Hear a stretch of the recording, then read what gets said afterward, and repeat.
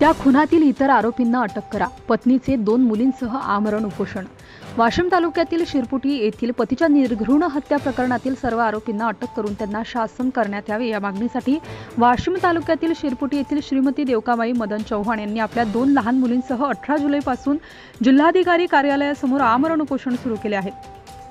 त्यांचे पती मदन झापा चव्हाण यांचा 14 जून 2024 रोजी निर्घृण खून करणाऱ्या आरोपितांपैकी केवळ एकाच आरोपीला अटक करण्यात आली असून या प्रकरणाला 1.25 महिना उलटून सुद्धा इतर आरोपींना अद्यापही अटक करण्यात आली नसल्याने त्यांना अटक करण्याच्या मागणीसाठी सदर आमरण उपोषण सुरू करण्यात आले आहे.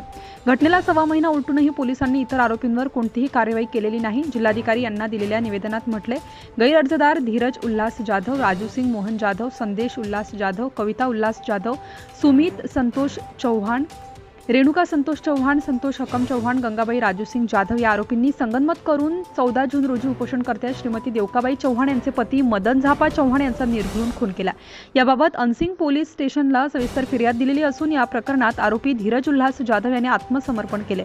मात्र घटनेला 1.25 महिना उलटूनही पोलिसांनी इतर आरोपींवर कोणतीही कार्यवाही केलेली नाही. परिणामी सर्व आरोपी राजरोसपणे मोकळे फिरत आहेत. त्यामुळे माझ्या कुटुंबातील सदस्यांच्या जीवाला धोका निर्माण झाला असून ते आम्हाला जीवे मारण्याच्या धमक्या देत आहेत, असे या निवेदनात नमूद करण्यात आले आहे. उपोषणास 4 दिवस होऊनही अद्याप कोणत्याच प्रकारची प्रशासनाची हालचाल दिसून येत नसल्याने आम्हाला न्याय मिळेल काय असा प्रश्न त्यांच्यासमोर उपस्थित होतोय.